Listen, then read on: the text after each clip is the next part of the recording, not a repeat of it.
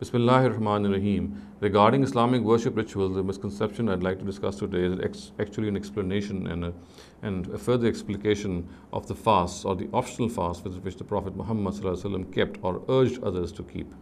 The foremost among them is the fast of Muharram, the 10th of Muharram, and it is known that the Prophet fasted on the 10th of Muharram, and one of the reasons for this perhaps was that the Quraysh also fasted on this day, and another reason which is cited is that that the Jews also fasted on that day.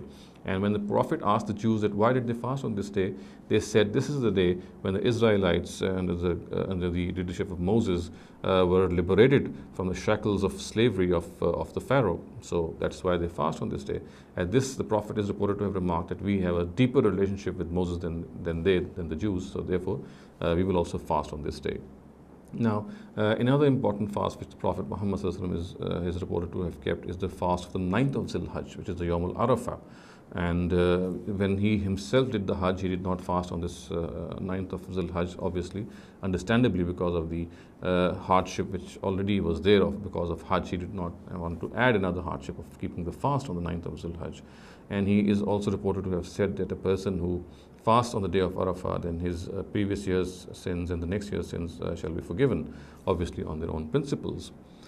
Similarly, the Prophet Muhammad has reported to have said that a person who fasts the month of Ramadan and then he follows it up with 6 fasts of Shawwal, then he will be a person who he'll be like a person who has fasted all his life. So these are the fasts of Shawwal which he recommended. Another set of fasts which he himself observed were 3 fasts, which any 3 days of the month he used to fast, and he said very similar words as he said regarding the fast of Shawwal. And he said that a person who fasts any 3 days of the month is like a person who fasts all his life.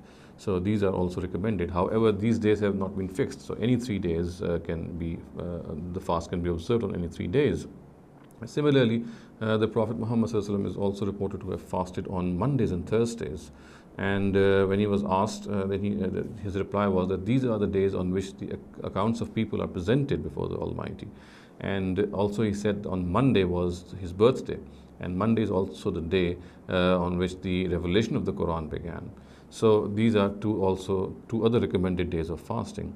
Other than that, we know that the Prophet was very, very adamant in fasting in the month of Shaban, and it is said that after Ramadan, the month in which he fasted the most was the month of Shaban.